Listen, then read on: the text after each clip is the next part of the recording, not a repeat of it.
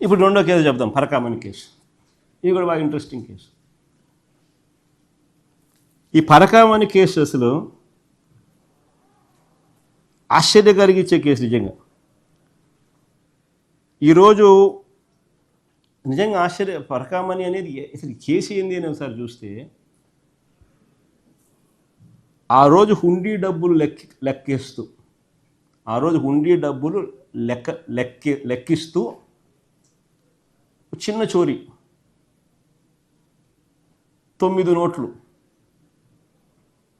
$9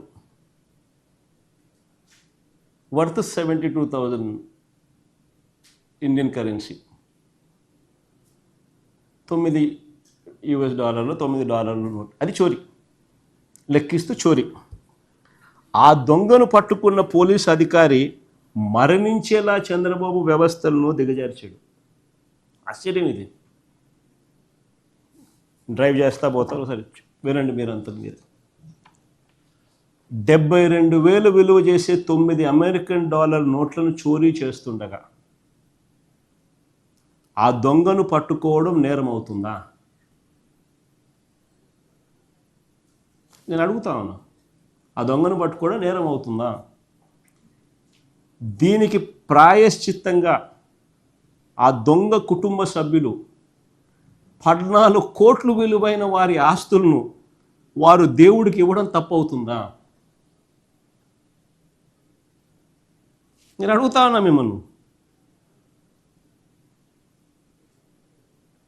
దీనికి ప్రాయశ్చిత్తంగా ఆ దొంగ కుటుంబ సభ్యులు 14 కోట్లు విలువైన వారి ఆస్తులను వారు దేవుడికి ఇవ్వడం తప్పవుతుందా? పోనీ దేశంలో అనేక చోట్ల అనేక ఆలయాల్లో ఇలాంటి ఘటనలు గతంలో జరిగాయి, కానీ ఎక్కడైనా ఇలా ఆస్తులు దేవుడికి ఇచ్చారా? నేను అడుగుతా ఉన్నా, అందరినీ ఆలోచన చేయమని అడుగుతా ఉన్నా. ఈ దొంగ దొరికినప్పుడు కేసు నమోదైంది, తిరుపతి కోర్టులో ఛార్జ్ షీట్ వేసినారు, మెగా లోక్ అదాలత్ కోర్టులో కేసును పరిష్కరించారు. అన్ని కోర్టుల పరిధిలో ప్రాపర్ కోర్ట్ ప్రొసీజర్తో, అంటే జరగాల్సిన జ్యుడిషియల్ ప్రాసెస్ అంతా జరిగింది. కేసు నమోదు చేసినారు, తిరుపతి కోర్టులో ఛార్జ్ షీట్ వేసినారు, మెగా లోక్ అదాలత్ కోర్టులో కేసును పరిష్కరించినారు. జరగాల్సిన జ్యుడిషియల్ ప్రాసెస్ అంతా జరిగింది. ఇందులో ఏదైనా సాంకేతిక పరమైన ఏదైనా అంశాలు ఏమైనా ఉంటే దర్యాప్తు చేసుకోవచ్చు, తప్పులేదు. కానీ రాజకీయాలు మనసులో పెట్టుకుని ఈ ఘటన జరిగినప్పుడు అక్కడ చైర్మన్గా వైవి సుబ్బారెడ్డి ఉన్నాడనో, అక్కడ చైర్మన్గా భూమన కరుణాకర్ రెడ్డి ఉన్నాడనో, వాళ్ళ మీద బురద జల్లాలని తప్పుడు స్టేట్మెంట్ల కోసం తప్పుడు స్టేట్మెంట్లు ఇచ్చే విధంగా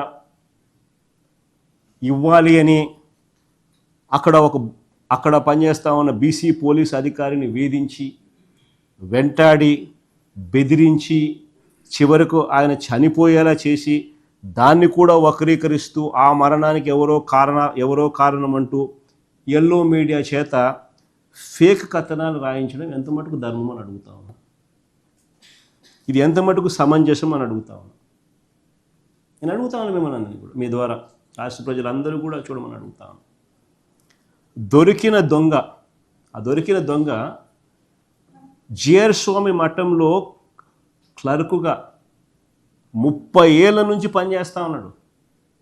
ఆ దొరికిన దొంగ 30 ఏళ్ళ నుంచి జిఆర్ స్వామి మఠంలో క్లర్క్గా పనిచేస్తూ ఉన్నాడు. పరకామణి లెక్కింపులో ఎన్నో సంవత్సరాల నుంచి పాల్గొంటా ఉన్నాడు.